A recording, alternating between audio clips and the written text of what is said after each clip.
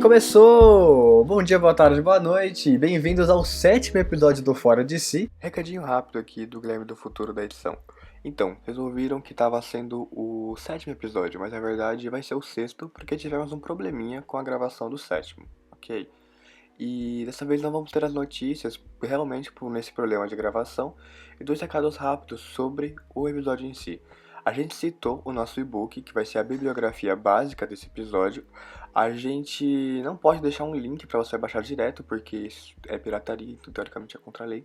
Então a gente vai deixar o nome dele e a capa, e aí você pega o seu chapéu de palha e dá uma procurada nele. Mesma coisa com o e-book do pesquisador de biologia sobre direitos dos animais. Eu não consegui contato com ele, então eu vou só deixar o nome dele, que já tá lá no meio do episódio, e você dá uma procurada e vê o que você acha, ok? Vamos continuar com o episódio. Hoje completamente dedicado às ciências biológicas, mais precisamente à biotecnologia. Resumidamente, é um episódio totalmente dedicado a Nicole. É isso. E como de costume, eu sou o Guilherme Renato. Bom, oi gente, eu sou a Nicole. E eu sou o Daniel.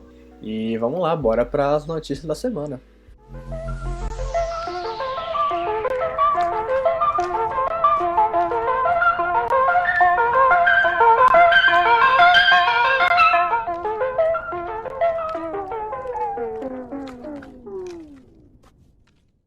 Beleza. Uma coisa que é interessante, que vai ser abordada mais futuramente, sobre a biotecnologia, é que a gente vê muito pouco dela no ensino médio, quando vê alguma coisa dela. O que gera um problema que a gente olha o nome biotecnologia com nossa, o que será que eles fazem? O que será que é isso? Nossa, eles criam planta com perna e bicho com flor. Não, a gente vai entender mais nesse episódio que a biotecnologia é uma área da ciência que tem a sua área de atuação e não é nem um bicho de 7 cabeças, talvez 4. Mas assim, Olha, uma 5. como que a gente denomina um conceito de biotecnologia? Antes de tudo, a gente tem que falar aqui que a principal bibliografia desse episódio é um livro de biotecnologia que a gente vai deixar aqui na descrição. Ele tem 600 e poucas páginas, então se você for ler ele, vai lendo com cuidado. Ele é um livro bem técnico, ele é um livro universitário. Então é interessante você dar uma folheada, ver alguns tópicos que a gente falou aqui no episódio e, sobretudo, pesquisar mais sobre o tema se você quiser. Na introdução desse livro, que é uma introdução bem válida para a biotecnologia, ele fala que o ser humano ele precisou adaptar diversas funções da natureza para o processo de sedentarização dele. Ou seja, nós domesticamos algumas plantas, domesticamos alguns animais, entendemos certos padrões da terra e por aí vai. Só que tudo isso era feito de uma maneira empírica. Tipo, a gente foi testando, e o que deu certo, deu certo. O que não deu certo, a gente abandona o método. Ninguém tinha conhecimento, por exemplo, da genética de Mendel, ou, por exemplo, da ação dos micro-organismos. Um grande exemplo disso é que a cerveja é feita há milhões de anos e a gente não sabia do processo de fermentação feito pelos micro-organismos dela. Sim. Então, o que acontece? Durante a industrialização, um dos principais focos de industrialização da humanidade no século XIX, a gente precisou entender de uma maneira indispensável o funcionamento da natureza. O que acontece? Quando o ser humano começa o processo de sedentarização, ou seja, fica na questão no conceito do século XIX, claro, a população começa a crescer exponencialmente. Então a gente precisa muito bem entender os processos da natureza. E durante o século XIX e o século XX, diversas teorias científicas e novas áreas das ciências foram desenvolvidas. Por exemplo, no século XX, a física foi revolucionada com a questão da mecânica quântica e da relatividade. Entretanto, um pouco antes, no século XIX, vem o nosso tão querido tema desse episódio, a biotecnologia. O que seria a biotecnologia? Bom, eu pergunto pra vocês, o que é biotecnologia? Então, eu posso falar o que eu acho sobre o que é biotecnologia? Opa! Vou mandar. Assim, quando eu li sobre biotecnologia, eu já tinha uma ideia sobre o que era. E, basicamente, é a ação de fazer processos biológicos para obtenção de algum resultado, de algum produto em si. Uhum. Então, caso você queira fazer álcool, por exemplo, você usa os processos biológicos, que seriam aquelas bactérias, aqueles fungos lá, que fermentariam a cevada e faria o álcool em si. Tecnicamente, isso seria o primórdio da biotecnologia. E isso é uma parte da biotecnologia que pode explicar ela por si só, né? É a alteração de um processo biológico. Ok. Eu acho interessante, antes da Nicole mandar a visão mais aprofundada no tema, isso que o Daniel falou, ele exemplifica bem o infográfico que tem nas primeiras páginas do livro que a gente usou como bibliografia. Se a gente fosse interpretar aquele infográfico como uma frase, a biotecnologia poderia ser interpretada como: quando você tem o avanço científico, você tem o avanço tecnológico, ao mesmo tempo que em outra mão você tem o maior conhecimento de seres biológicos, de processos biológicos. Na junção disso você tem a biotecnologia e ela pode, de uma maneira muito rasamente falando, ela pode ou resolver um problema, propor uma solução para algo, ou criar um produto inovador da área da biologia. Então, agora a gente vai parar de falar e vamos deixar a Nicole dar uma opinião concreta sobre isso. Tá, bom. Profissional falar. Bom, então. Eu acho que tudo que vocês falaram não tá errado, tá tudo muito certo, aliás. Mas é aquela questão. Então, assim, o conceito de biotecnologia, ele acaba muitas vezes sendo definido de forma a suprir os interesses de uma dada empresa, uma dada instituição, e tudo mais, como muitos outros conceitos, né? Então, é interessante a gente discutir sobre isso. O Watson, do Watson e Crick, né, do Pledis, ele não definiu biotecnologia como isso que eu vou dizer, mas ele falou sobre um conceito que eu acho muito interessante. Ele disse que muita gente se diz preocupada com a mudança em nossas instruções genéticas, mas que essas instruções genéticas, elas são somente um produto da evolução. E elas são moldadas para nos adaptar a algumas certas condições que podem não mais existir. Então, todos nós, seres humanos, né, todos nós sabemos que nós somos imperfeitos, então por que não nos tornar um pouco mais aptos à sobrevivência? Ele disse isso, e eu acho isso muito interessante, no sentido de que ilustra muito do que é a biotecnologia. A questão de criar produtos, melhorar processos, para tornar a sociedade um pouco mais completa, para melhorar algumas coisas, para resolver alguns problemas. E é isso, eu acho isso muito interessante. Mas daí, a partir daí vão surgir alguns conceitos de biotecnologia muito interessantes. Então, a partir de 1850, né, mais ou menos, vão surgir algumas novas áreas do conhecimento. Então, a microbiologia, a imunologia, a bioquímica, a genética. E a química industrial ela vai se desenvolver de uma forma muito acelerada, incluindo a engenharia agrícola, né, na pecuária. E nisso vai aparecer o Carl Eric, que ele vai dar o primeiro conceito de biotecnologia, em 1919, se eu não me engano. E esse conceito dele foi a ciência e os métodos que permitem a obtenção de produtos a partir de matéria-prima mediante a intervenção de organismos vivos. Esse foi o primeiro conceito de biotecnologia dado, né, por um profissional.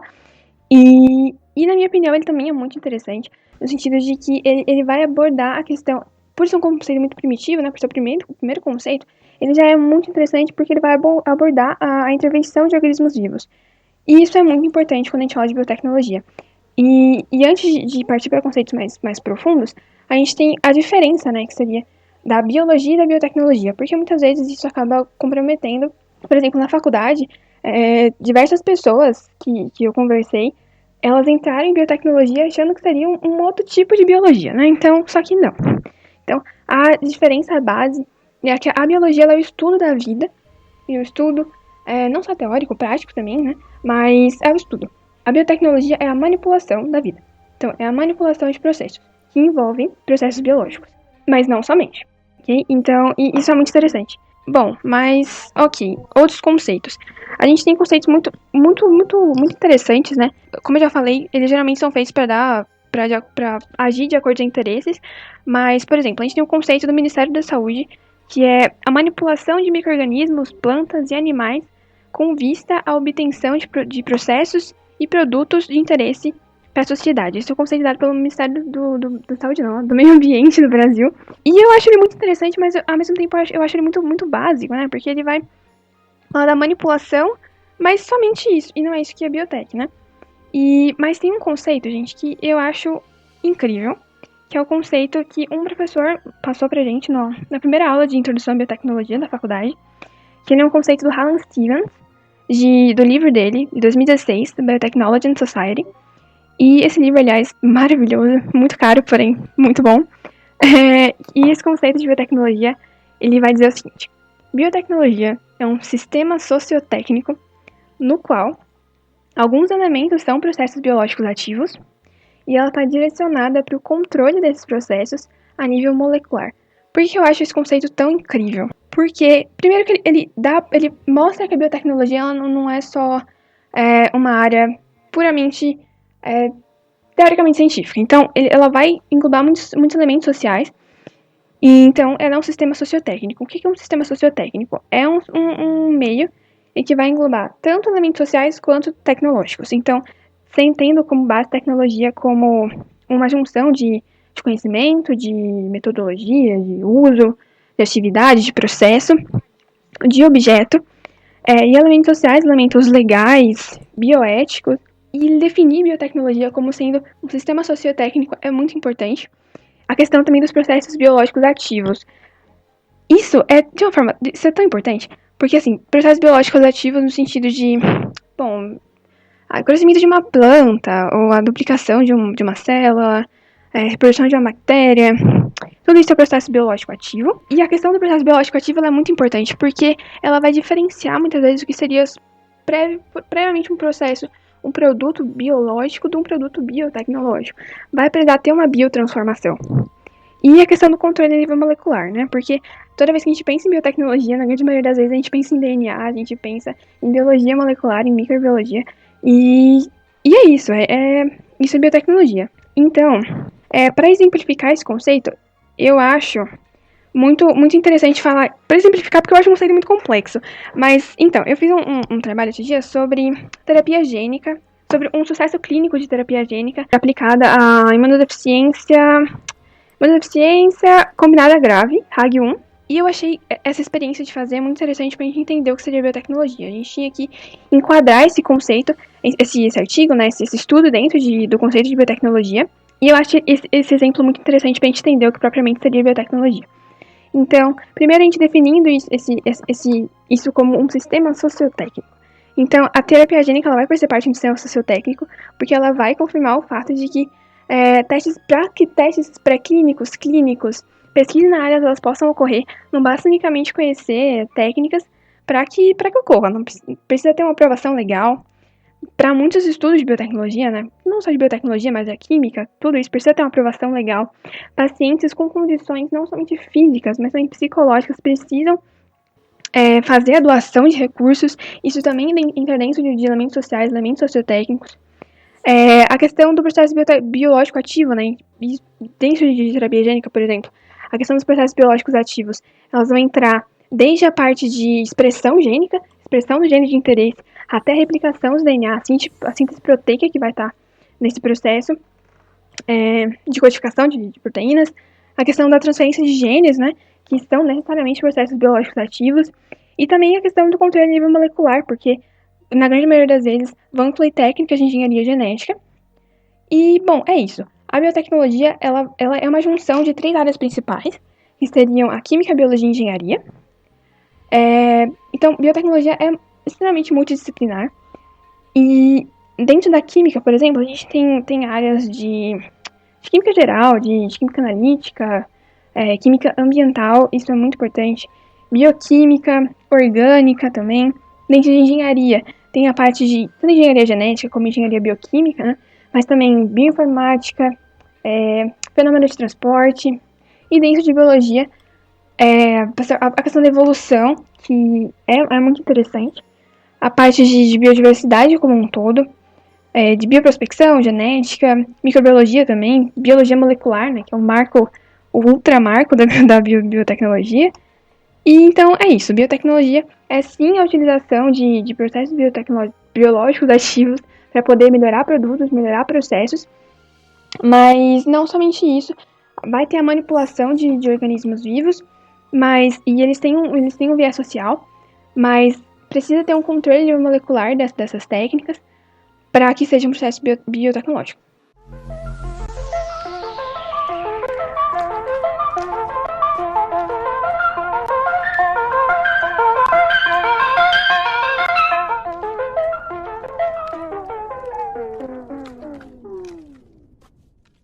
Ok, só que a biotecnologia, como toda ciência, por mais que ela seja uma ciência relativamente mais nova, ela teve um começo. Como a Nicole falou, o pai da biotecnologia é o Carl Eric, e ela deu a primeira definição da biotecnologia. Só que como é que foi chegada a essa conclusão? Ele era um engenheiro agrícola e o principal trabalho dele que levou a essa conclusão e a esse conceito da biotecnologia foi que o mundo, como foi dito anteriormente, estava passando por uma mudança estrutural, principalmente na maneira dos meios de produção. O que estava acontecendo? A própria agricultura, na questão da criação de animais, nesse caso dos suínos, precisava ser reformulado. Então, usando táticas da engenharia agrícola, ou seja, estipulando uma linha de produção, definindo um modelo matemático, definindo datas, tudo, foi criada um dos primeiros métodos de criação dos suínos de uma maneira industrial totalmente adaptado à época, o que acabou levando àquela definição que a Nicole falou, que eu vou relê-la aqui, que é: a ciência e os métodos que permitem a obtenção de produtos a partir da matéria-prima, mediante a intervenção de organismos vivos. Então, reduzindo um pouco o que a Nicole falou, da frase, para não ficar repetindo, é basicamente isso. Só que o que aconteceu depois disso? Como que a biotecnologia ela foi evoluindo ao ponto de que hoje em dia a gente consegue mexer no material genético de um vegetal? Esses são questionamentos que todo mundo tem, né? Então, eu acho que seria crucial pra gente entender como é que evoluiu para algo que a gente fazia para benefício agricultório, sei lá, agropecuário, e partiu para um ramo de modificação genética que também pode beneficiar o ramo agropecuário, que pode beneficiar Agropecuária. áreas totalmente diferentes. Ok, vamos lá. Então, assim, a história da biotecnologia, ela é dividida basicamente em três. Na verdade, isso vai divergir bastante entre alguns autores, mas na grande maioria das vezes ela é dividida entre biotecnologia antiga, clássica e moderna. Começando pela biotecnologia antiga, é muito interessante, porque a grande maioria desses processos, eles eram feitos, claro, né, com base no conhecimento empírico, ignorando a existência de micro-organismos, de hereditariedade, claro. Então, alguns processos eram, por exemplo, o pão, produção de pão, cerveja, vinho, queijo, fertilização natural, a própria criação de animais, né, e cultivo de plantas, são alguns exemplos de biotecnologia antiga. E o que é muito interessante, porque ainda assim, esses conhecimentos que a gente tem hoje, ainda eram feitos processos que são relativamente complexos, são fruto de uma biotransformação, e tudo com base no conhecimento empírico. Eu acho isso genial. Mas daí, partindo para a biotecnologia clássica, a gente tem que, o Guilherme já falou um pouco, né? Mas ali no início do século XIX, a demanda de mão de obra na indústria, ela estava, né, incipiente ali, na indústria incipiente, na verdade, ela estava no auge.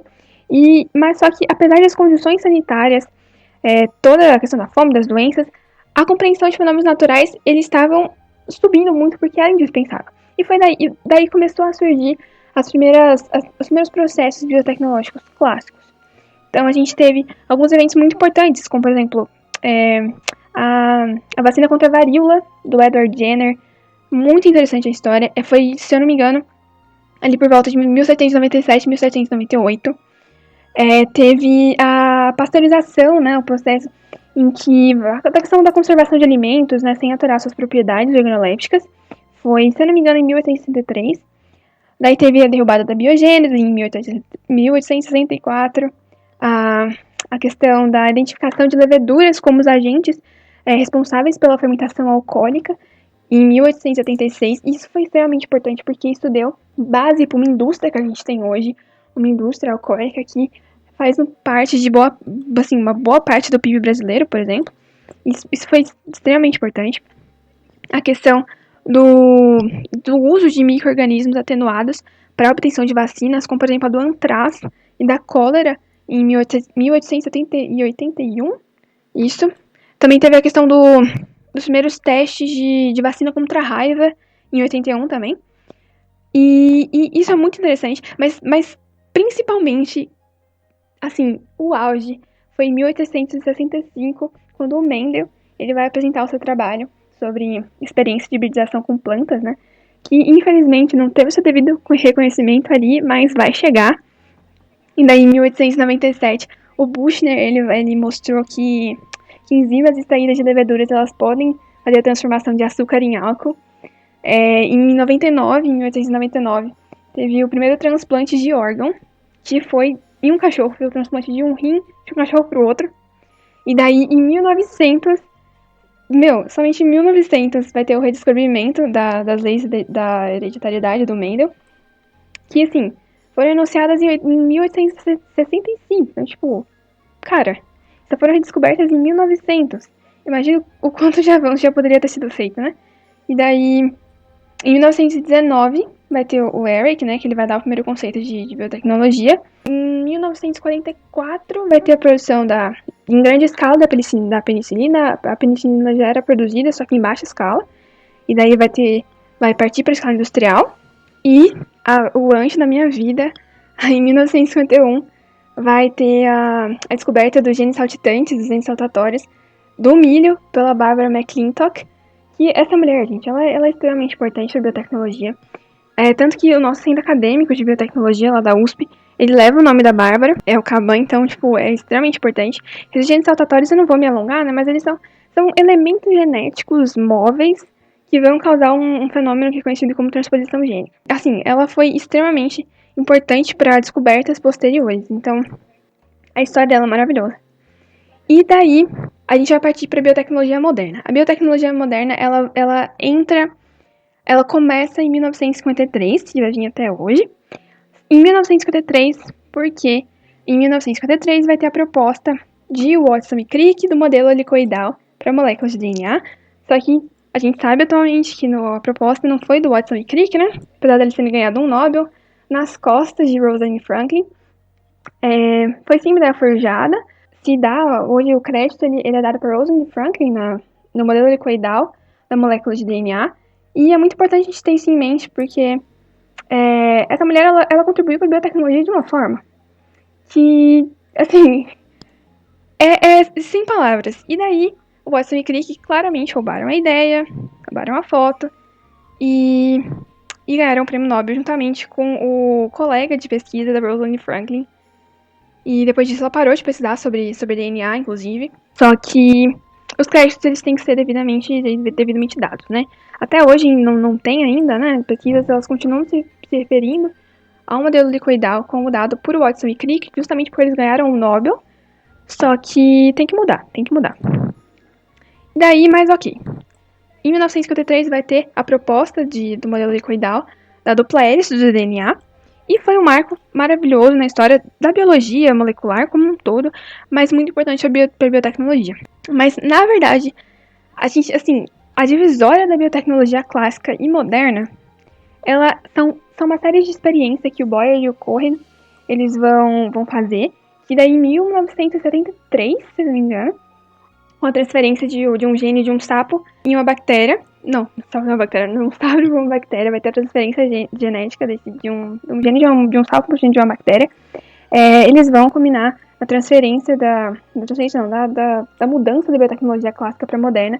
E daí, a partir desse momento, né, a partir dessa transferência gênica, cara, de um sapo para uma bactéria em 73, vai mudar a história da biotecnologia de uma forma que hoje a gente consegue fazer tudo que a gente pesquisa, né, sobre toda a questão de terapia gênica, de genética, tudo veio dessas pesquisas de Boyer e Cohen, que foram extremamente importantes. E hoje a gente já consegue fazer isso de uma forma muito mais efetiva, muito mais barata e muito mais aplicada, né, muito mais com uma especificidade muito maior.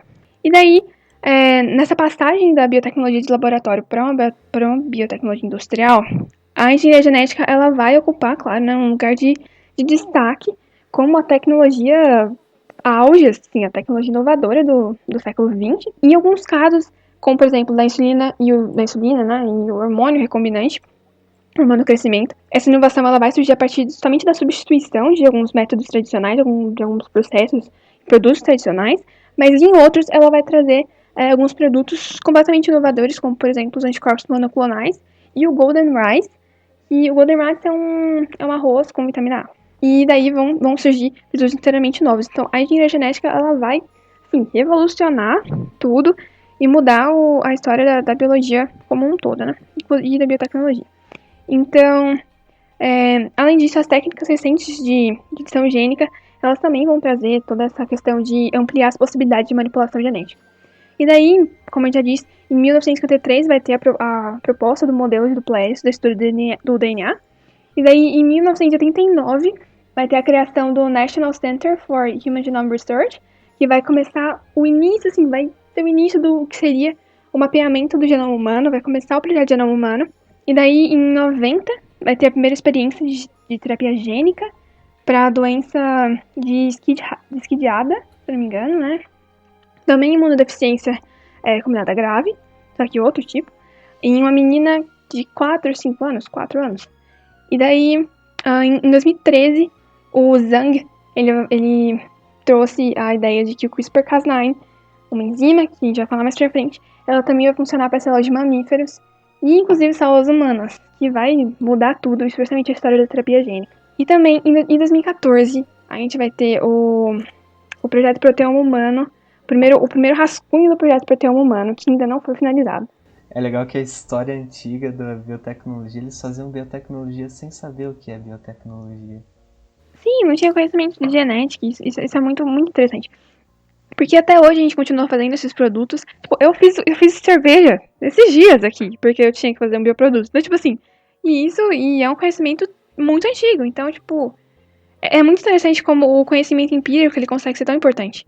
Sim, a gente às vezes tem essa questão, a gente tem uma visão muito academicista por causa do ambiente da época que a gente vive, que tudo é feito numa universidade, tudo é feito num laboratório, mas a gente esquece que os primeiros conhecimentos que visaram, não necessariamente visaram o que seria hoje, mas deram uma base, são conhecimentos empíricos. Então, a gente não pode, tipo, desprezar esse conhecimento de base e falar que ele não tem mais valor nenhum, quando ainda, por exemplo, na questão da agricultura, muitas famílias, muitas fazendas ainda utilizam o método empírico, outras utilizam a questão da biotecnologia para a reprodução dos animais, para ter um controle da plantação. Mas a grande maioria ainda, principalmente nas pequenas fazendas, utiliza esse conhecimento. Então, ainda hoje, ele auxilia muito esse tipo de pessoa. Então, a gente não pode ter essa visão elitista, academicista, de simplesmente desprezar o que está sendo feito aí. Não, sim, sim, com certeza, falou tudo, arrasou. Agora, linkando com o que a Nicole falou, ela citou diversos projetos da biotecnologia, só que um dos projetos da biotecnologia mais famosos, mais celebrados, é o que a gente mais vê nos livros didáticos. Na verdade, uma das únicas coisas que a gente vai ver nos livros didáticos sobre a biotecnologia é a questão de todos os processos envolvendo o processo de clonagem da ovelha Dolly. Só que, a partir do momento que nós tivemos a capacidade de clonar, claro que com as limitações, um ser vivo, entrou uma questão muito interessante aplicada à biotecnologia, que é a bioética. Que é literalmente o nome autoexplicativo. É a ética desses processos de até onde você pode ir sem ferir um direito de um animal, porque sim, os animais têm direitos, e se eu lembrar, eu esqueci o nome, eu sigo uma pessoa no Instagram, que ele é um grande ativista desses direitos dos animais. Se eu conseguir encontrar o nome dele, eu já falo, e qualquer coisa, o e-book dele sobre direitos dos animais eu coloco aqui na descrição. Só que além dos direitos dos animais, se pensou, se eu posso clonar uma ovelha, por que daqui a 10 anos eu não posso começar um projeto de clonagem humana, por exemplo? E o que eu poderia fazer? Porque vamos fazer um experimento imaginário. Se nós pudéssemos criar um ser humano agora, clonar um ser humano, o que a gente faria com esse clone? O que faria desse clone um ser humano, um ser consciente, um ser presente na sociedade? Então, a bioética, ela é um estudo tipo interdisciplinar entre além das ciências biológicas e as ciências da saúde, envolvendo principalmente filosofia e direito, porque é uma questão muito complicada, por exemplo, do que faz um ser humano, e por que eu não posso, porque, caso vocês, então, ouvinte, não saiba, é proibido você conduzir estudos para direcionar a clonagem humana.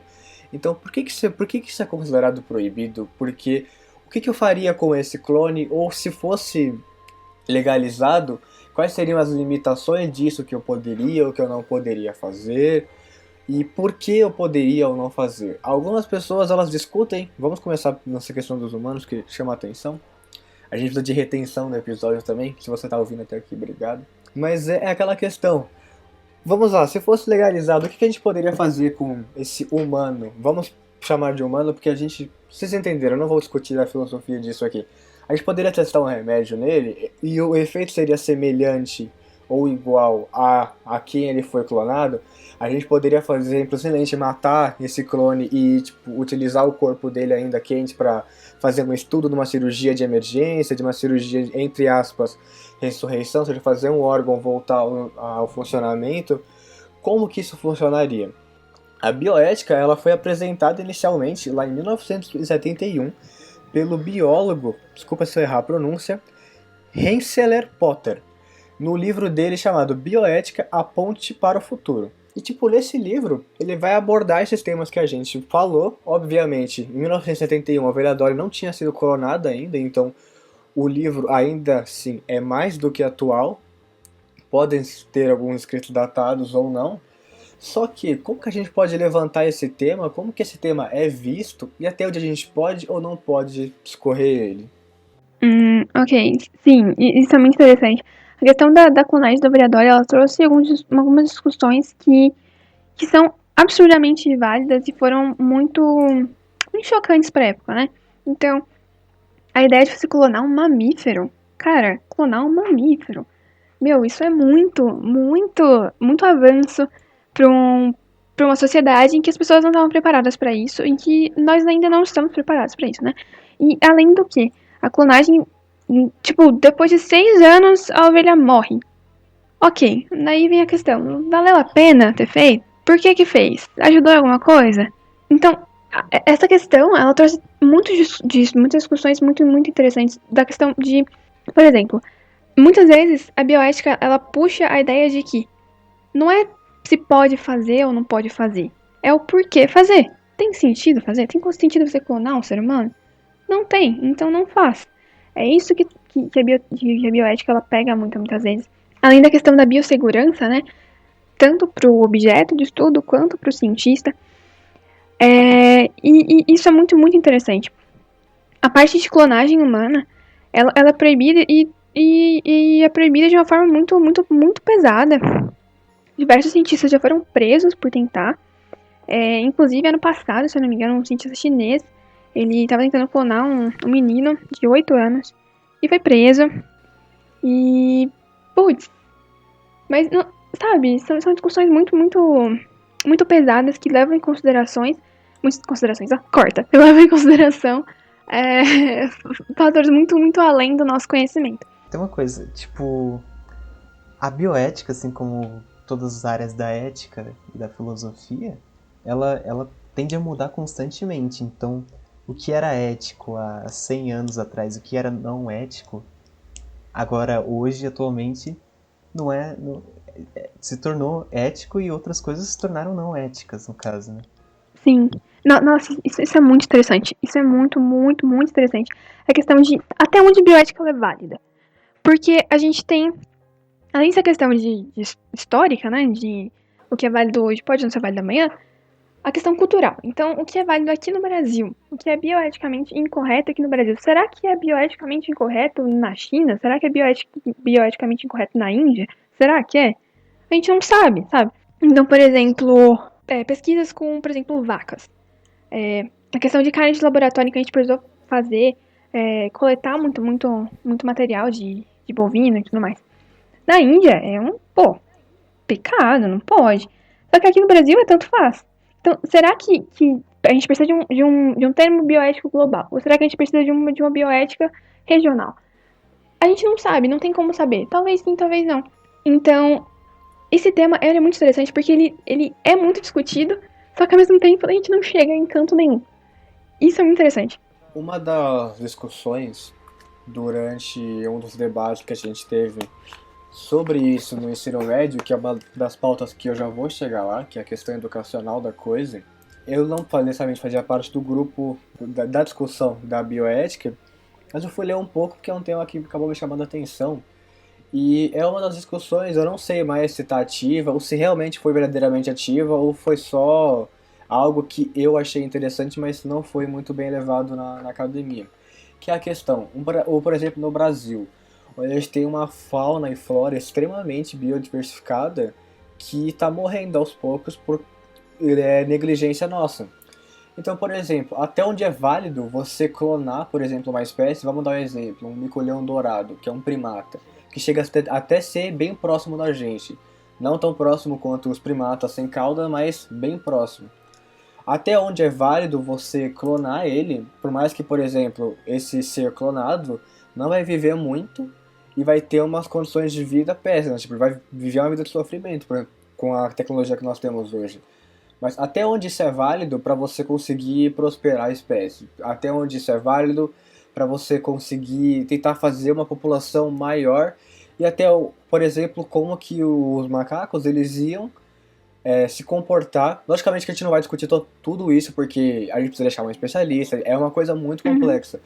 Comportamental, principalmente. Mas como que, por exemplo, os outros macacos iam reagir na convivência do macaco que foi clonado? Haveria diferença? Não haveria? Sim. É rapidinho, só pra terminar de meus pensamentos malucos. Ao mesmo tempo que a gente faz isso, por exemplo, se a gente clonasse um ser humano, ou mesmo um macaco, com qual consciência que ele nasceria? Porque, por exemplo, o macaco ou qualquer outro bicho silvestre, ele já nasce com um determinado instinto. Se você reagir de uma maneira, por exemplo, reagir tentar intimidando ele, alguns vão fugir, alguns vão te atacar, alguns vão ficar numa defensiva. Mas, por exemplo, como que um macaco clonado reagiria a isso? E além do mais, abrangindo mais para um ser humano, como que o ser humano nasceria, sabe? Tipo, como que seria não só a questão psicológica dele, mas uma questão comportamental, sociológica da coisa. É uma das áreas também que a bioética acaba trabalhando. Sim, sim. Não só do clone, mas da sociedade também, porque a gente vive numa sociedade pós-moderna. É verdade, porque ia ter um puta bafafá, tipo... Exatamente. Nossa, bafafá, mano, eu sou muito... Mas realmente ia ter uma discussão extremamente, tipo... Se hoje em dia, vou militar. Se hoje em dia existem pessoas extremamente ignorantes, de uma mente completamente limitada, que já tratam com preconceito uma pessoa que nasceu numa relação sexuada, que teve sua vida, mas trata com preconceito, com ignorância, até ameaça de morte. Uma pessoa que tem mais pigmentação na pele do que você, ou que não tem não tem uma orientação sexual semelhante à sua ou igual à sua, as pessoas já tratam com desprezo. Imagina como seria o tratamento de um ser humano clonado. Parem para pensar como que isso funcionaria, como que seria o tratamento desse ser e como que ele reagiria psicologicamente. Já teve até uma novela sobre isso da Globo, mas não tem nada a ver, eu só queria falar isso mesmo, desculpa. Não, mas assim, sim, é uma discussão muito interessante, mas assim, na minha opinião, a questão de clonagem humana, ela tá fora de série atualmente, né? É uma coisa que eu não sei se a ciência atual poderia comportar, mas que tá muito longe de acontecer se um dia for. Então, são discussões que são válidas, Não, mas... sim, eu só levantei da questão do... Desculpa, eu tava vendo relatividade, então pra mim, qualquer coisa que depois da frase imagine, tá parecendo muito legal. Mas são questionamentos muito interessantes, que eu adoro fazer, mas que tá fora de série. Mas... A questão que o Guilherme citou de clonar espécies em extinção. Cara, se a gente for pensar, ela é muito interessante, né? Porque faz todo sentido. Pô, tá acabando, a gente clona, tá tudo certo. Só que, será que tá tudo certo, né? Então, essa questão de desequilíbrio ecológico, ela é muito importante quando a gente vai considerar clonar animais, insetos, de todas as áreas, todos os fios. Porque a gente nunca sabe o que vai acontecer. A gente prevê, mas não sabe. Então, teve um estudo, eu não lembro se foi da Bayer, eu sei que foi um estudo relacionado à dengue e uma modificação genética eu ia falar mosquita, mas não é mosquita, é a fêmea do mosquito, que eu esqueci o nome. Na fêmea do vetor da dengue. Só que em que o óvulo, ele acabava o crescimento dele acabava sendo parado em parte, e daí esse estudo ele acabou não indo pra frente, não acabou não sendo praticado devidamente, porque a gente não sabe se vai dar tudo certo, né? A gente não sabe se ecologicamente vai dar certo. Também tem estudos relacionados a abelhas, né? A questão da meliponicultura, em que a questão de modificar geneticamente polinizadores para que eles continuem polinizando plantas transgênicas da mesma forma que faziam com plantas não geneticamente modificadas. A questão de insetos, a questão de um transgênico dentro de uma lavoura, será que vai impactar a questão de um transgênico que seja resistente a um determinado inseto? Será que vai impactar de uma forma tão avassaladora esse ecossistema? O que vai acontecer? Então, essa questão bioética ela é muito importante. E eu queria trazer 2 outros pontos de bioética que, na minha opinião, eles pegam bastante. Que seria a questão da eugenia, principalmente. Rapidinho. Posso fazer um adendo? Fica à vontade. Só antes de você entrar nos 2 pontos? Sabe? Eu achei o professor que fala da questão dos direitos dos animais. Sigam ele no Instagram, é Ronaldo Leite. O user é Ronaldo Leite ZX. Aí, se eu achar o e-book dele, se ele permitir, eu coloco na descrição do livro para vocês terem uma ideia da questão do direito dos animais. Ok, então, eu queria falar 2 pontos muito interessantes de bioética, na minha opinião, que são a eugenia e a biopirataria. A eugenia, ela seria a questão do melhoramento genético de uma determinada população, que foi muito, muito, muito importante na época do nazismo, né? Toda a questão daquela propagação de ódio, a questão do embranquecimento da população brasileira, e todos esses são discursos eugenistas. E a genética ela entra dentro da eugenia de uma forma muito profunda, no sentido de que tem a questão de excluir genes que talvez possam trazer, possam codificar doenças, possam codificar fenótipos que não sejam o ideal socialmente. Como, por exemplo, tem muitas discussões eugênicas no sentido de nanismo, né? A questão de ser um erro, mas, pô, e daí, sabe? Então, isso é um discurso eugênico. E daí, a eugenia, muito interessante, uma curiosidade muito interessante. Em 1908, foi fundada em Londres, se eu não me engano, uma sociedade de eugenia. E daí foi uma das primeiras organizações a defender a eugenia de uma forma intensa, né? E um dos líderes, nossa, muito interessante, e um dos líderes dessa sociedade, pasmem, foi o filho do Darwin, um dos filhos do Darwin, o Leonard Darwin. Cara, um dos filhos do Darwin foi um dos líderes de uma sociedade eugenista. Tipo, que bizarro. Sim, mas aplica-se muito naquela questão que foi usado erroneamente o darwinismo, Nossa, sim, Guilherme. o darwinismo por uma questão social extremamente preconceituosa. Bizarro. Nossa, sim. Eu não tinha feito esse link ainda, maravilhoso.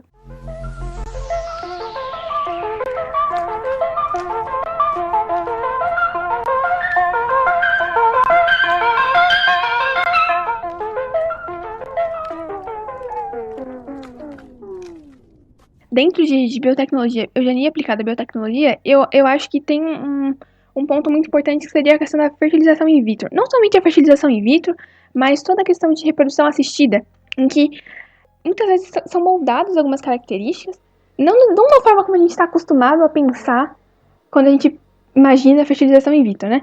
Que a questão de você escolher propriamente a cor do olho, não somente isso. Mas, por exemplo, na fertilização in vitro, acontece um diagnóstico pré-implantacional. E esse diagnóstico, ele é um exame que comporta uma tecnologia absurda, que ele vai ajudar alguns casais que possam ter algum risco genético no sentido de não somente de não ter filhos saudáveis, mas ter filhos com alguma característica que não agrade eles, alguma característica genética que não agrade eles. E por meio dessas técnicas moleculares absurdamente avançadas, e também de citogenética molecular, se eu não me engano, durante a fertilização in vitro, os embriões eles vão ser coletados, né? Vai ter uma seleção artificial de embriões que sejam livres dessa condição genética específica, transferindo, né, depois dessa seleção, vai ter a transferência para o útero materno somente os embriões que sejam para aquele padrão aceitáveis. Então, assim, eu acho essa discussão muito interessante, porque, cara, o quão é válido você selecionar artificialmente embriões, sabe? É muito complicado quando a gente pensa nisso. O que vocês acham? Porque é o que você falou, ao mesmo tempo, essas características indesejadas, ao mesmo tempo que elas podem ser, por exemplo, uma síndrome rara, um problema que vai dificultar muito a vida da criança, ou mesmo faça que essa criança não passe de algumas horas de vida, existem pessoas com altíssimo poder aquisitivo. É lógico que o que a Nicole falou, entendam, essa ultra tecnologia genética, além de tudo, existem aparelhos caríssimos para operar. Então, é uma camada bem pequena da sociedade que vai ter acesso a isso. Só que o problema aqui é o que eu tô voltando ao meu tema que eu tava falando. Ao mesmo tempo que pode ser usado para evitar, por exemplo, crises gravíssimas ou síndromes gravíssimas, existem casais que escolhem que querem ter um filho do olho verde e utilizam para isso. Então, até onde isso é certo, até onde isso é ético, você fazer uma seleção artificial de embriões e rejeitar os que não vão ter os genes que você quer, só porque você quer que seu filho tenha um olho verde, o que vai por mim, não é grande coisa. Só que, voltando ao que a Nicole falou, é aquele negócio, até onde é válido, e aí voltando sim ao primeiro preceito da bioética que a gente estava falando, até onde é válido isso? Isso é válido, tipo, isso é necessário fazer? Por exemplo, para você evitar uma síndrome gênica, um problema que vai, por exemplo, matar essa criança com 5 anos ou algumas horas de vida, isso é válido fazer? Sim. É preciso fazer? Podem existir outras opções, um aborto, por exemplo, ou alguma outra coisa.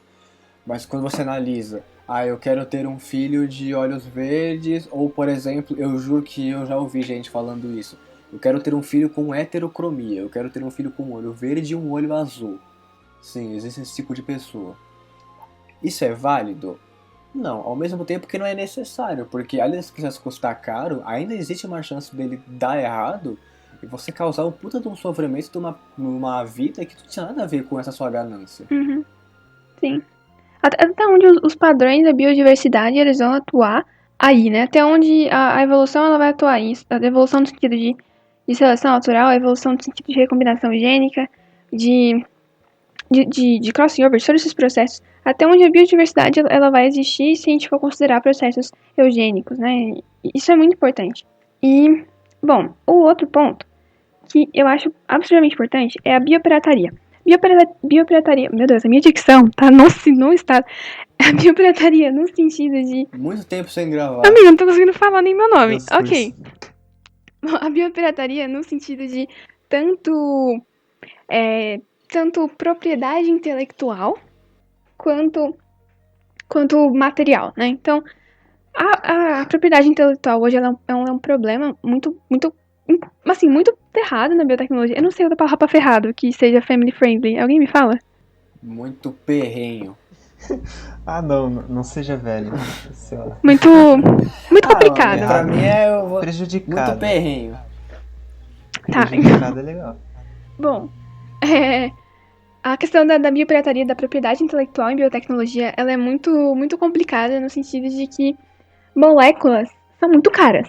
Se você, cara, eu digo cara mesmo, entendeu?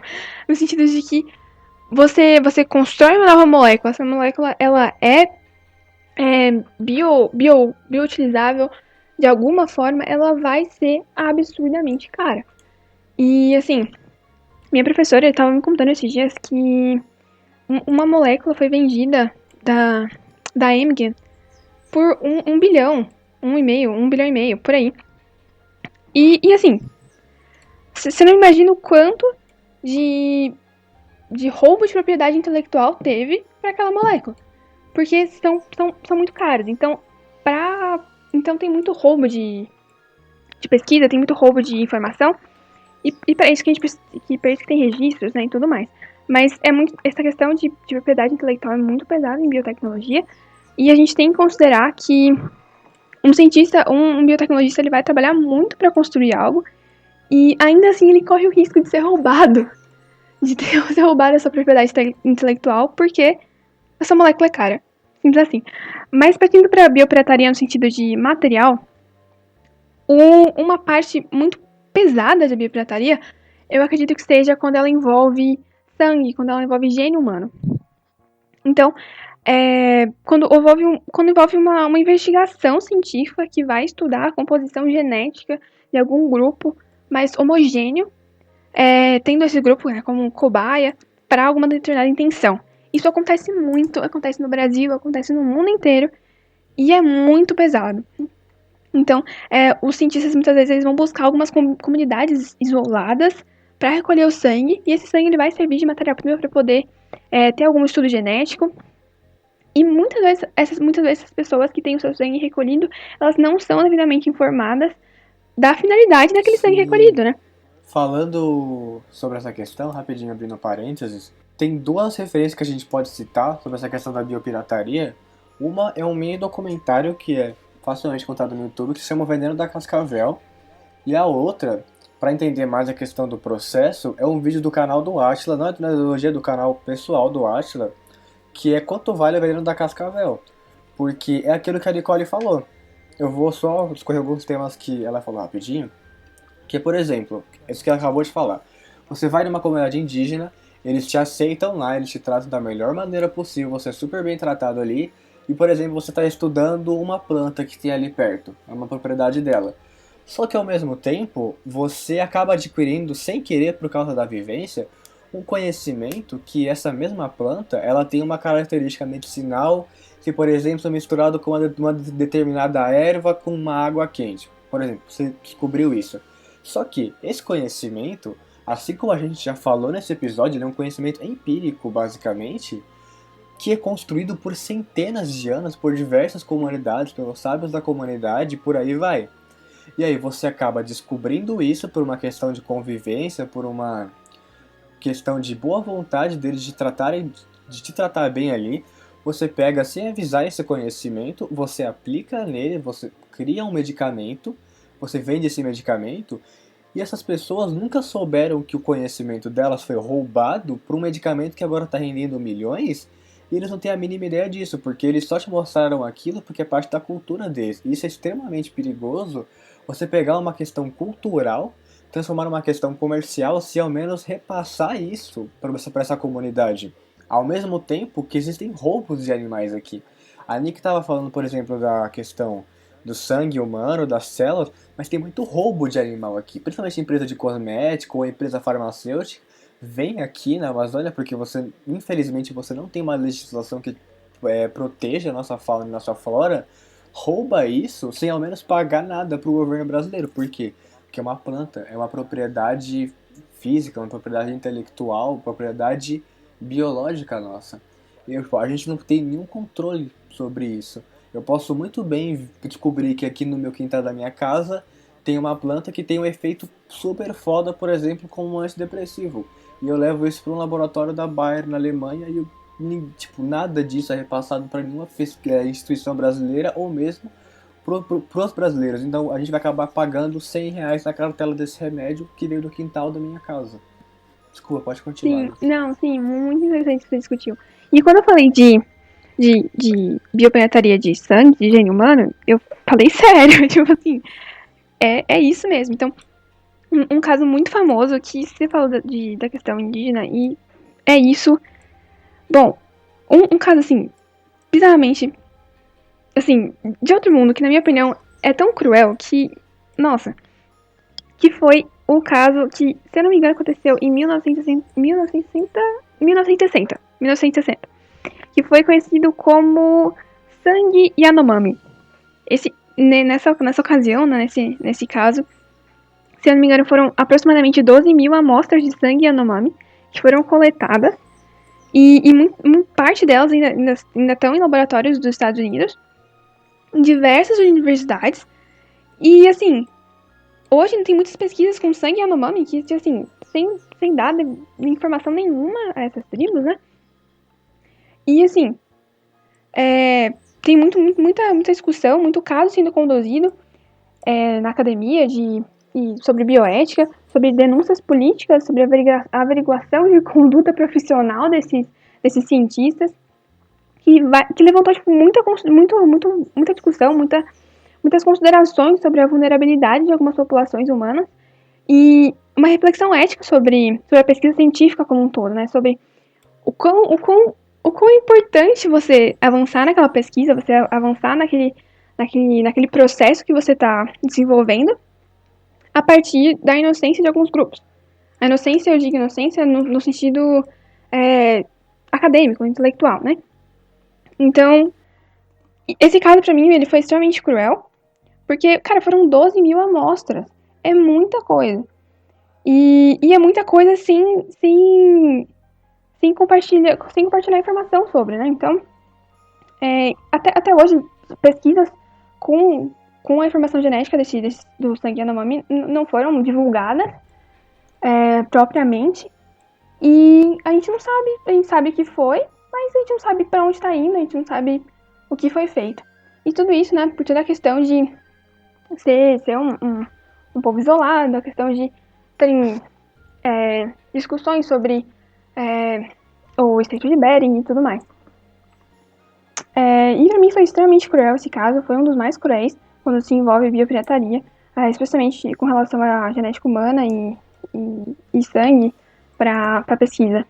Eles praticamente roubaram as informações que não poderiam roubar. Uhum. Eles esconderam as informações e estão usando pra eles sem a gente saber pra que eles estão usando.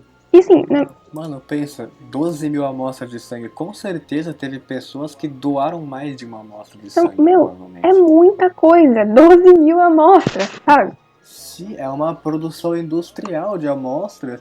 Só que não é, por exemplo, você fazer um sapato que você vai envolver borrachas. Não, é sangue, cara. É tipo, literalmente, a sua essência, basicamente, feito venda industrial que agora tá no laboratório dos Estados Unidos e você não faz a mínima ideia que ela tá ali, nem pra que ela vai ser usada. Sim, são amostras que provavelmente ainda estão estocadas nas universidades americanas e que a gente não tem informação sobre. A gente sabe o que aconteceu. E assim, gente, na minha opinião, tipo, esse número, 12 mil amostras, ele é tão bizarro. Porque imagina o quão desequilibrou, provavelmente, aquela população, com problemas de saúde podem ter acontecido, porque são 12 mil amostras, sabe? Pra quem nunca doou sangue ou precisou fazer um exame de sangue que tira mais de alguma coisa, você, por exemplo, doar uma bolsa de sangue, cara, você fica meio grog, você fica meio debilitado. Você precisa comer antes e depois do processo. É uma coisa completamente de... Ah, mano. E ainda mais sem informação, né? Eu acabei de pesquisar aqui, a população Yanomami tem 19 mil pessoas aproximadamente. Então, tipo, foi mais de 60, 70% da população indígena Yanomami.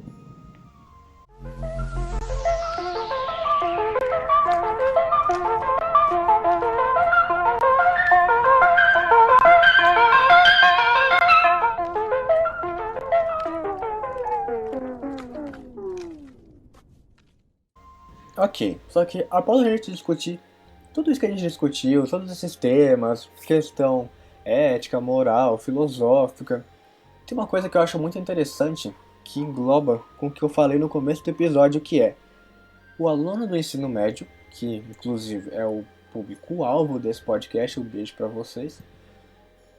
O que acontece? Ele provavelmente não vê a biotecnologia, quiçá a bioética, no currículo do ensino médio. A gente teve uma grande sorte de ter uma professora maravilhosa que passou isso pra gente em questão de debate, questão de discussões, questão de estudo. Só que, normalmente, isso não acontece. E por que isso não acontece? Porque o que acontece? Vamos analisar o nosso currículo do ensino médio, e aí que eu vou fazer um parâmetro com a física que eu entendo. A biotecnologia é uma área mais nova nas áreas das ciências biológicas, então é complicado você aplicar isso principalmente no ensino médio. Vamos analisar o currículo de física no ensino médio. O que você vê? Você vê mecânica, você vê termologia, você vê óptica e ondas, tudo no mesmo ano, que fica corrido. Você vê elétrica e eletromagnetismo. Só que, Vamos pegar aqui um exemplo que eu gosto muito de livros do ensino médio, que é o Alberto Gaspar, ou se não, Tópicos de Física, do Elo Doca. Você vê no final desses livros física moderna, você vê sendo explicado física quântica, relatividade. Mas por que a gente nunca vê isso no ensino médio em si? Só vai ver nos livros didáticos, porque não tem tempo. A questão do ensino médio das ciências é que, infelizmente, os professores eles dão o máximo de si, só que o currículo base em si, você não tem tempo de fazer as coisas. Muitas vezes o aluno termina, por exemplo, o ensino médio sem ter visto polinômios. Ou às vezes o professor, no final do terceiro ano, ele escolhe se ele quer sacrificar números complexos, polinômios, ou se ele quer dar porcentagem. É uma coisa complicada. Mas o que seria interessante aplicar a biotecnologia e a bioética num currículo do ensino médio é que principalmente a bioética ela trabalha muito na questão da formação do ser crítico, do cidadão crítico, do ser consciente. Porque você vai ver, por exemplo, você está numa aula de bioética e o professor fala: vamos supor que nós clonamos um humano. O que a gente faz com isso? A gente mata ele, a gente dá um remédio, a gente testa? E nisso você vai aplicando conceitos filosóficos, sociológicos, e você vai formando não só uma questão de caráter, mas de pensamento crítico, ou seja, o aluno pensar por si só e não ter aquele efeito manada que infelizmente a gente tem com alunos formados no ensino médio mais precários, que não é necessariamente culpa dos professores. Eu acho muito injusto você falar que a educação no Brasil tá do jeito que tá, botando culpa nos professores, mas você não aguenta dar aula 5 horas seguidas de pé e ter que ouvir desaforo que não tem verba ou uma coisa. Então, é uma necessária uma reformulação da grade curricular. Que, por exemplo, tudo que a gente discutiu agora, imagina se a gente tivesse 2 aulas de 50, 45 minutos para discutir isso com uma sala de aula. Quanto mais pessoas, você vai ver aqui a gente está com um elenco reduzido, estamos só eu, a Nicole e o Daniel, 3 pessoas aqui. Agora imagine um professor numa sala com 40 alunos e você ter 90, 100 minutos dividindo em 2 aulas para você discorrer isso. Você ia evoluir e muito a capacidade dos alunos de entenderem como que eles vão formar a própria opinião, racionalizar aquilo, digerir entre aspas e conseguir, de uma metodologia própria, transmitir o que eles acham, o que eles pensam, o que pode ser mudado na sala de aula com os outros alunos. E o outro aluno fala que discorda por tal motivo, o outro fala que concorda por tal motivo, mas acha que está equivocado falar desse jeito, e você cria um diálogo maravilhoso. E você cria uma coisa extremamente interessante na educação, que é a educação interdisciplinar. Porque essa aula ela não poderia só ser dada pela professora ou professora de biologia, mas também poderia chamar, por exemplo, professor ou professora de história, professora ou professora de filosofia, professora ou professora de sociologia, e você ia criar uma aula, um ambiente extremamente prazeroso para os alunos, porque seria uma conversa. Logicamente, antes viria algumas aulas de estudo técnico, então você teria uma aula de conversa, uma aula de debate, e esse tema, além de deixar de ser um tabu, porque como a gente falou, a gente ouve biotecnologia, a gente fica, meu Deus, o que é isso? Uau, uau. Principalmente com a mesma coisa que acontece com a física quântica, a gente vê o termo quântico em qualquer coisa, a gente fica, uau, garra. E cria essa questão de o brasileiro não entender termos científicos, não consegue ler um artigo, não consegue discutir de uma maneira racional e por aí vai. Então, a introdução da biotecnologia e da bioética num currículo do ensino médio seria extremamente proveitoso por todos esses motivos que eu falei. E aí eu deixo para a Nicole e o Daniel falarem alguma coisa que eles quiserem. Desculpa, falei demais. Eu só queria dizer que, tipo, eu fiquei pensando quando você tava falando, e eu acho muito difícil alguém que não é da área da ciência ou da saúde, por exemplo, ler um artigo científico e entender o que ele realmente fala.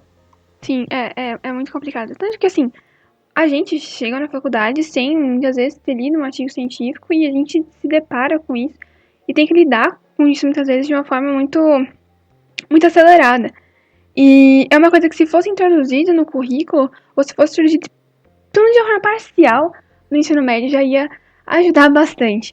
Então, assim, eu acredito que a biotecnologia, ela vai entrar de uma forma muito mais pesada no currículo do ensino médio daqui a alguns anos. Eu acredito de verdade nisso, porque biotecnologia é uma área que cresce, é uma área que o mundo é dependente. Então, é uma coisa que eu reflito bastante sobre, a questão de que o ser humano fez merda. Então, é a biotecnologia que vai resolver isso. É a biotecnologia que trabalha para isso. E é a biotecnologia que vai trazer o progresso para que o mundo continue. E então, eu acredito que ela vai ser muito discutida no currículo do ensino médio ainda. Até porque boa parte dos alimentos. Entrando na parte de future, vocês querem entrar na parte de future agora? Vai discorrendo, se a gente entrar, a gente entrou. Ok, beleza. Até porque, assim, quando a gente pensa em biotecnologia no futuro, a gente imagina um mundo da pá virada, né? Então, só que não. Então, a gente tem biotecnologia, por exemplo, na área de alimentos. A gente... A população está crescendo mais a cada dia, vai continuar crescendo. Então, a demanda, ela cresce mais. Os padrões, eles crescem mais. A gente tem o movimento vegano crescendo mais a cada dia. Então, e a biotecnologia que vai resolver esses problemas. Então, atualmente, a gente já tem, por exemplo, leite que é produzido sem a vaca, para uma empresa que, se eu não me engano, o nome é Perfect Day, maravilhosa. A gente já tem clara de ovos sendo produzida sem a galinha, a gente tem carne de laboratório. Então, vão ser esses produtos, esses processos que vão moldar o nosso mercado no futuro.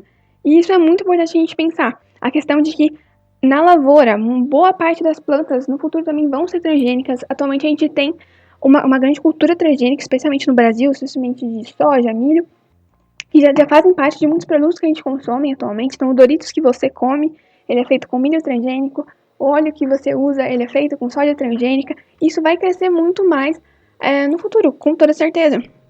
No sentido de que a gente vai ter muito mais problemas ambientais para resolver, a gente vai ter muito mais problemas ecológicos para resolver. O solo vai estar muito mais escasso e vai ser a biotecnologia que vai resolver isso, vai ter uma nova revolução verde, muito provavelmente. Então, uma vez que a biotecnologia ela esteja presente dentro da nossa vida como um todo, ela já está, mas vai estar mais ainda, a gente vai precisar discutir. Então, não foi sempre que teve história na grade, mas agora tem porque a gente precisa discutir. Então, a biotecnologia ela surge como uma nova área do conhecimento, uma nova área científica, não somente uma vertente da biologia. Então, e essa área, ela vai ser muito importante para nos manter como seres humanos e para nos manter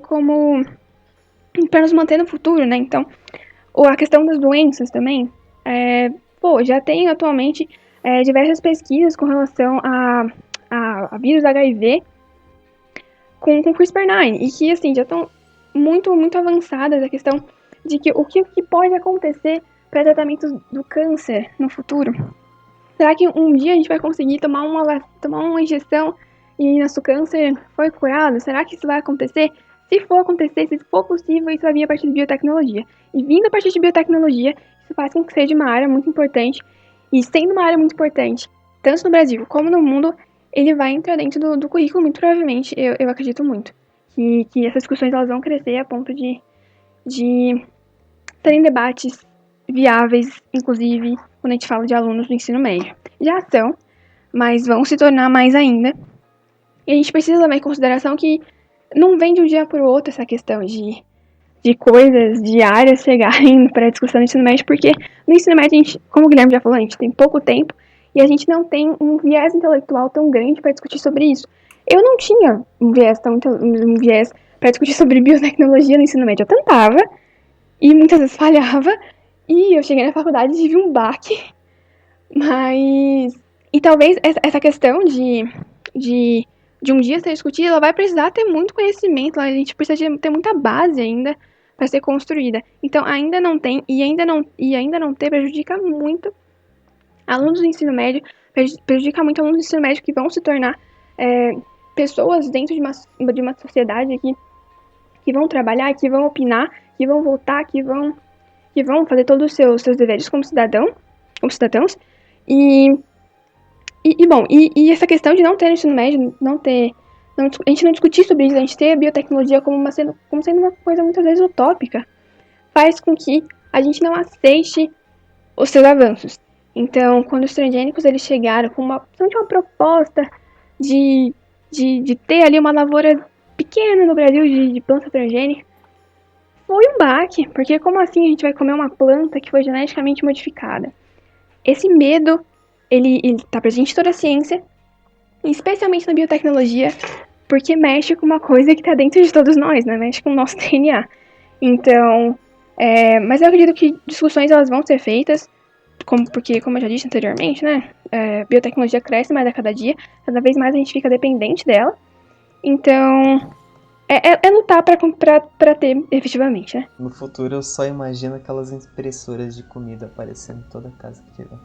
Impressora de comida é o futuro. Não, mas saiu esses dias, não sei se vocês viram, que um laboratório em Israel fez um bife em impressora 3D. Sim, eu vi, muito, muito interessante essa matéria. Aliás, eu tinha esquecido de falar, mas, por exemplo, carne de laboratório, o Burger King tá testando, tá testando, fazendo alguns testes de hambúrgueres com carne de laboratório. E, cara, é o Burger King, sabe? Sim, tanto que, não sei se vocês acompanharam, alguns meses atrás, eu não sei se continuaram a linha deles, somente nesse tempo pandêmico que a gente tá, mas eles lançaram um sanduíche que era 100%, tipo, a carne era 100% artificial, não era natural, e a propaganda deles, eu não cheguei a comer nem nada, mas falavam que era extremamente parecido com o próprio Whopper, era o sanduíche que eles utilizaram, e até alguém que comesse o Whopper com uma certa frequência não perceberia. Aí vem aquela questão, porque nós temos um consumo de carne e de vegetais extremamente desenfreado hoje em dia pelo nosso método capitalista de produção, onde basicamente um terço disso vai para o lixo, a gente não aproveita. Então o problema não é mais a gente estar produzindo por uma demanda, não, a gente está produzindo para jogar no lixo. Ou seja, o nosso consumo de carne ele deve ser repensado, o nosso consumo de vegetais deve ser repensado há uma maneira da gente se adaptar a esses novos tempos. A gente precisa ter 100% das nossas ações embasadas no conhecimento e numa preocupação ambiental. Porque a gente está vendo, 2020 colapsou várias coisas por culpa culpa do ser humano, que não teve responsabilidade ambiental nenhuma. Ou você acha que uma nuvem de areia do Saara indo praticamente para os Estados Unidos, uma chuva de gafanhotos e um vírus que veio de um mamífero ou veio de outro animal, no mesmo ano é simplesmente coincidência. Magiquinha. Hehe, alguém tá jogando The Sims e tá querendo matar a gente. Não. Isso é um processo que vai acumulando de anos em anos. E a gente fala, os especialistas falam, ei, vai dar bosta. Ei, essa ação tá errada. Isso vai cobrar uma hora. E bem, a hora chegou, a hora cobrou.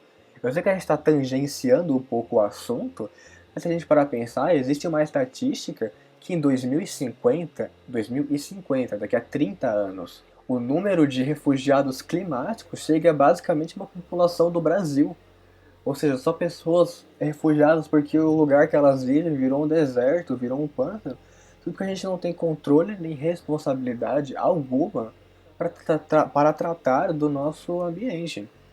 E só encerrando essa pauta educacional para a gente continuar mais na biotecnologia, essa questão da biotecnologia ter que ser incluída no currículo do ensino médio é extremamente importante, juntamente com outras áreas da ciência, porque o que eu mais vejo são alunos do ensino médio que já se formaram e falam que a ciência está parada. Por o simples fato de eles não terem noção alguma do que está acontecendo, porque eles não viram nada da modernidade no curso deles. Não viram a biotecnologia, não viram as áreas da física moderna, não viram os novos avanços da química, principalmente com novos materiais que podem ser formados, e tem essa impressão de que a ciência está parada e que nada vai mudar. Então, é extremamente necessário que a gente reformule esse currículo para que o cidadão se forme no ensino médio e tenha noção do que é uma sociedade científica e o que está sendo feito agora, o que está sendo estudado e por que está sendo estudado e como que isso influencia no dia a dia. É uma pauta interessante de se discorrer.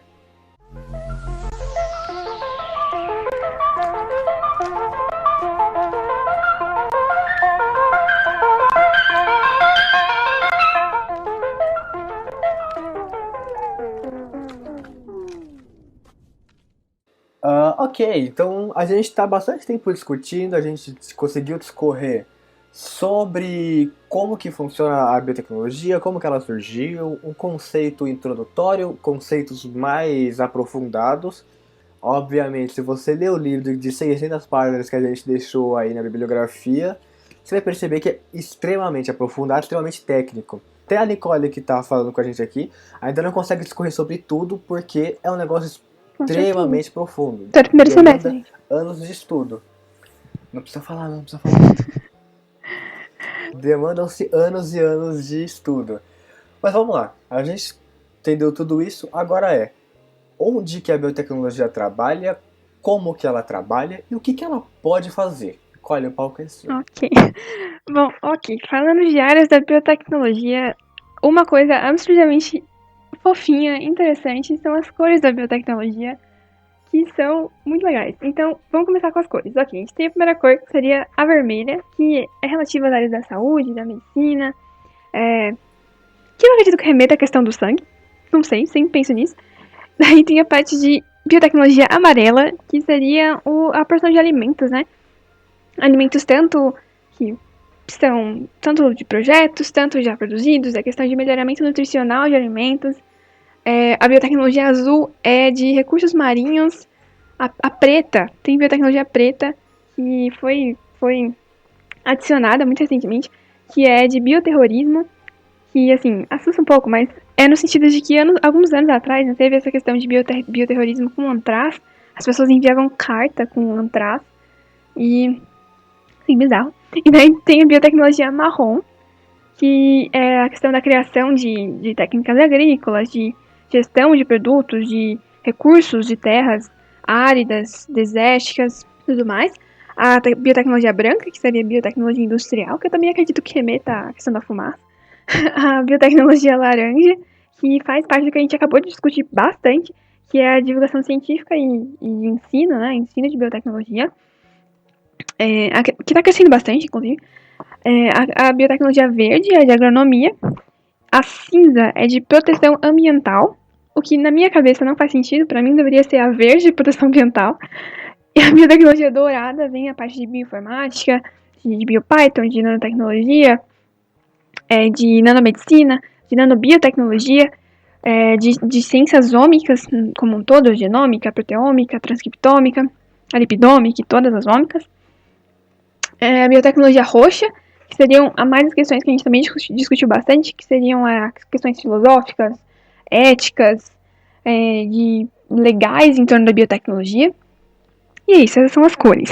E daí algumas áreas da biotecnologia mesmo, né, alguns exemplos, começando pela biotecnologia na parte de energética, né, então a gente tem a produção, que é um debate muito atual, da questão do etanol, do biogás, de alguns outros combustíveis à base de biomassa.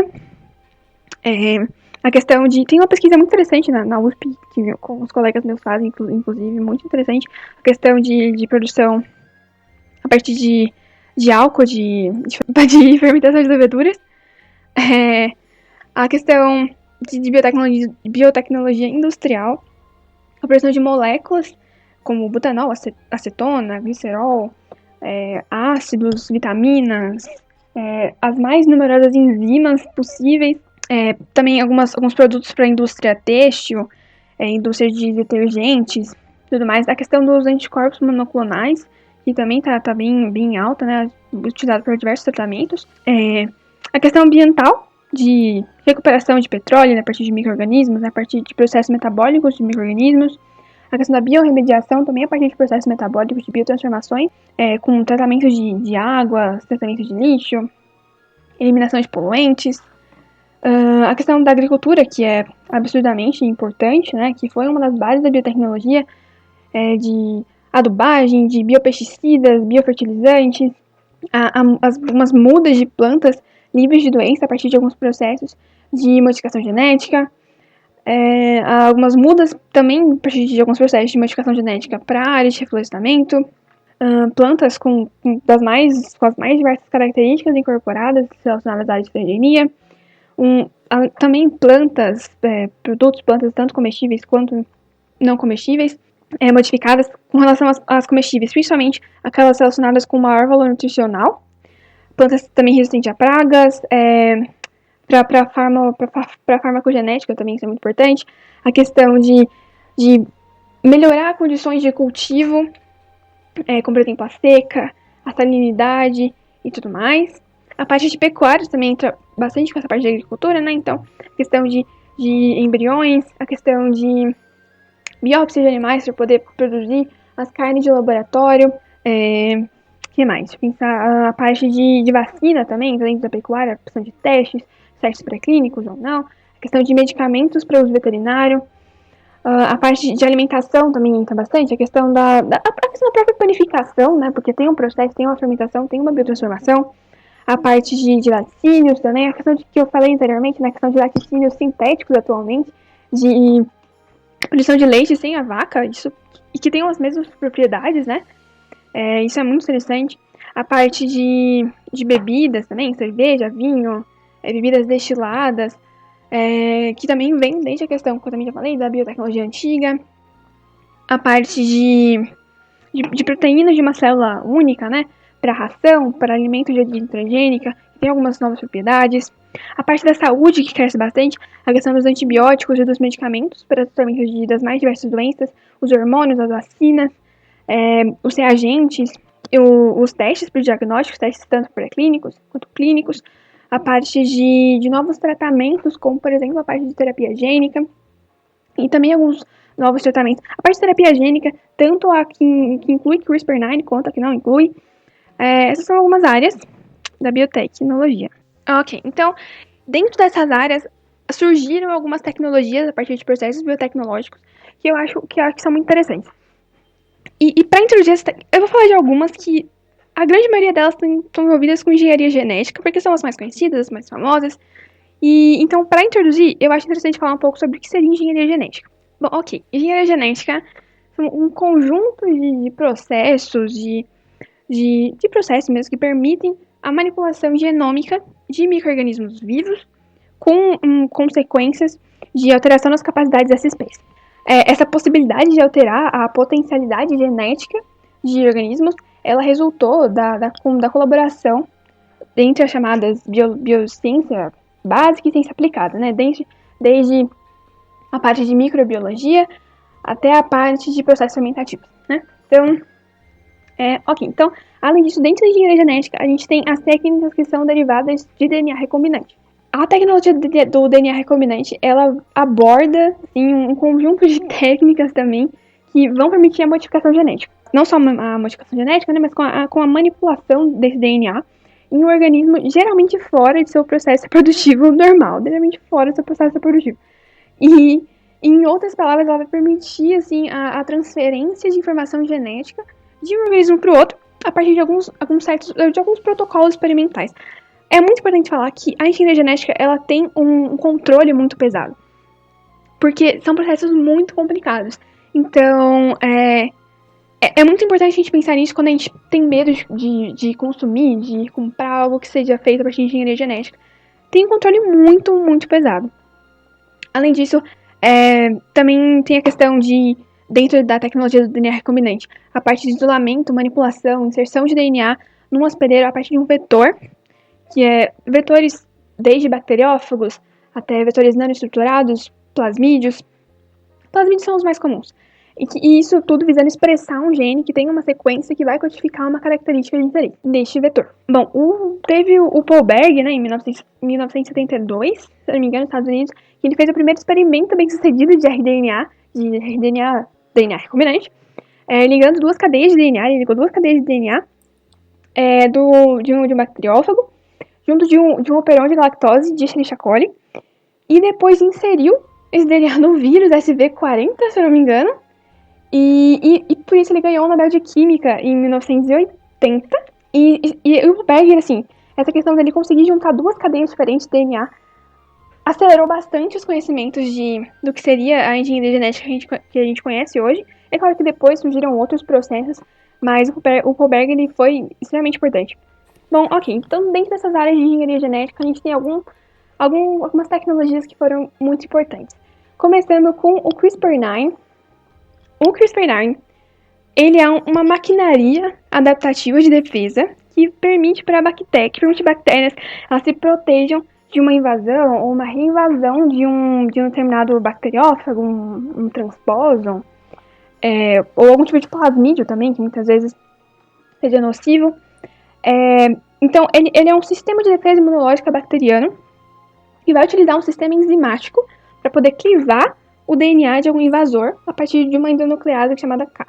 Clivar, então eles vão cortar o DNA desse invasor. Ele vai cortar o DNA do vírus com o objetivo de se livrar desse perigo.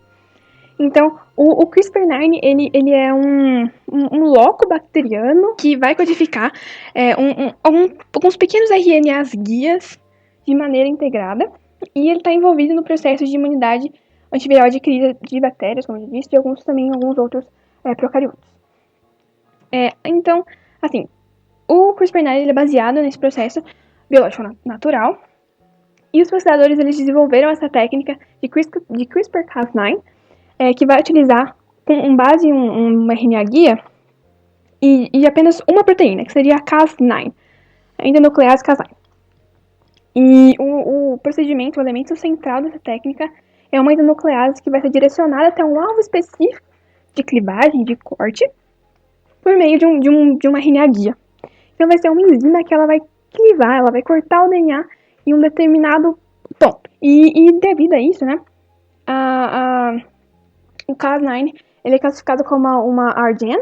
Então, frequentemente, o CRISPR-Cas9 é referido como uma técnica de edição genética. E então, ou seja, ele vai ser capaz de alterar a sequência nucleotídica, a sequência de bases nitrogenadas do nosso DNA de alguma forma. Essa alteração ela pode ser de diversos tipos, né? Então, ela pode ser de deleção, inserção, substituição. Essa substituição de um ou alguns poucos nucleotídeos, nunca é muito nucleotídeo, nunca é uma sequência tão grande, de um ou alguns poucos. Também pode ser de deleção de alguns outros elementos genéticos, uma integração de elementos genéticos, como por exemplo transgênios. E também, assim, eu acho importante dizer que o CRISPR ele pode ser utilizado para fins que não de edição genética, porque muitas vezes a gente pensa em CRISPR-Cas9 como somente edição genética, mas não.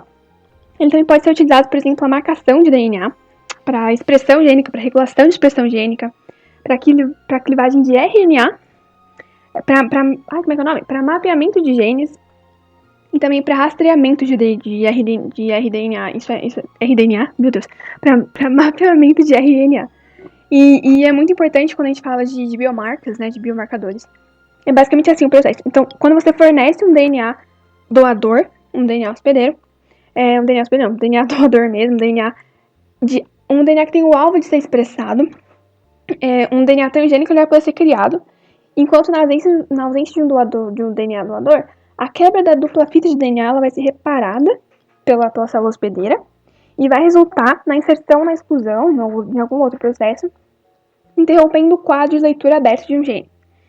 Então é isso é CRISPR-Cas9. E ele foi descoberto em 2017, num artigo publicado pela Nature, né?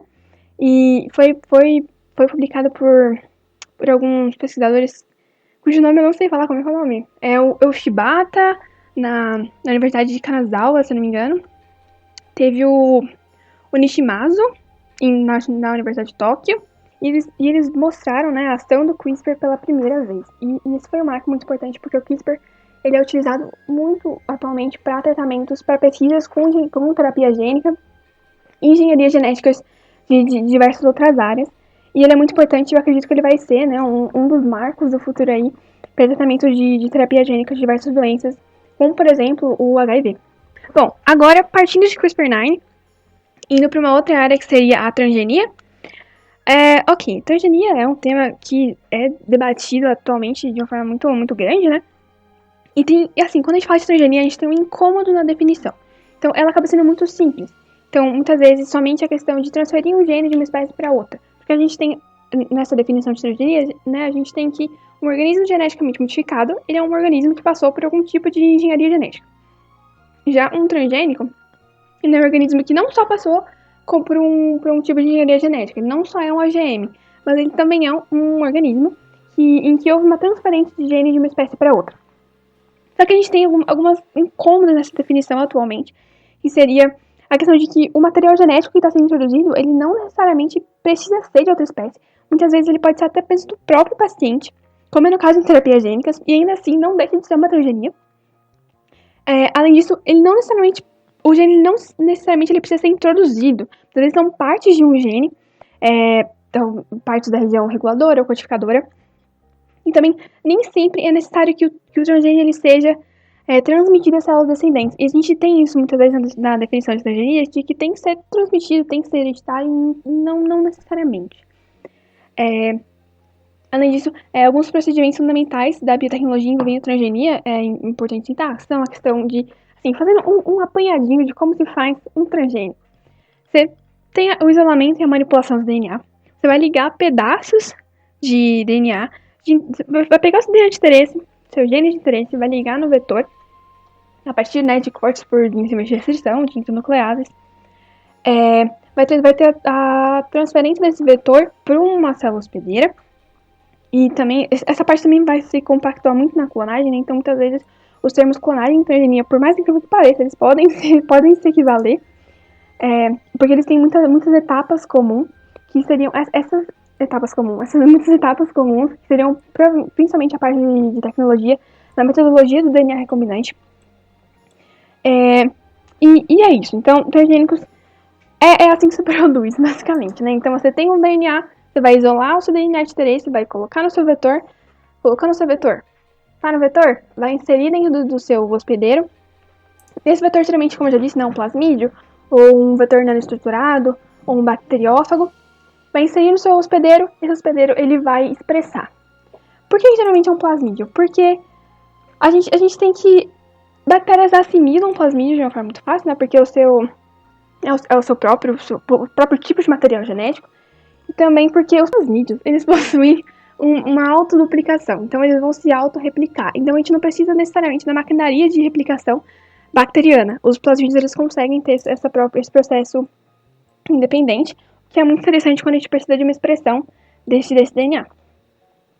A gente tem a transgenia em plantas e em animais.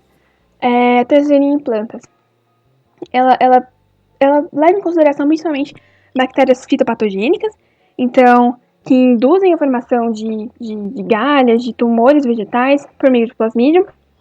Também tem a questão da infecção de tumores envolvendo transgenia, a integração e expressão de genes codificadores por regiões de plasmídio, tem a substituição de genes não essenciais por plasmídios por transgenes. E a transgenia em plantas ela é muito importante porque a transgenia em plantas, como eu já disse também, ela está presente no nosso cotidiano, porque a gente come coisas que são feitas a partir de plantas transgênicas, a gente come plantas transgênicas e tende a crescer cada vez mais. Então, assim, o transgênico...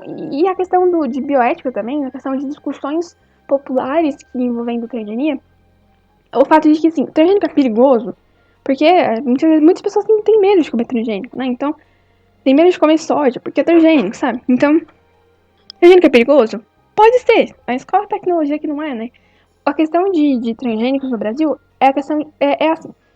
Quando transgênicos eles estavam no seu processo, assim, estavam muito incipientes na agronomia brasileira, foi prometido que os transgênicos eles diminuiriam a utilização de agrotóxicos. Só que não foi o que aconteceu. Atualmente tem um aumento da utilização de agrotóxicos com transgênicos. E daí muita gente culpa a transgenia nisso. Só que não é a questão. O ponto é que muitas vezes os transgênicos eles não são feitos para eles não dependerem do agrotóxico. Eles são feitos para serem resistentes ao agrotóxico, para não sofrer nenhum dano quando o agrotóxico ele for utilizado. Então, o problema não está no transgene, o problema está na forma como a transgenia é utilizada. E isso a gente é análogo a diversas aplicações tecnológicas, né? Rapidinho. Oi. Sobre isso que você falou, eu acho interessante a gente levantar essa pauta de que, além do que você já acabou explicando, por que muitas vezes quando a gente fala sobre um alimento transgênico, tem essa repulsa, e quais que seriam as principais mentiras criadas a respeito dos transgênicos que acabam criando esse imaginário popular de um nêmesis populacional?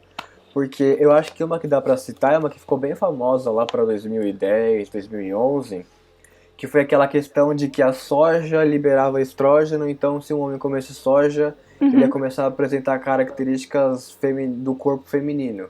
essa foi a que tipo, uou, meu Deus. Aí, tanto que muita gente parou de consumir produtos de soja, seja Sim. tipo, aí falou aquele suco de soja ou alguma coisa que tinha soja na composição.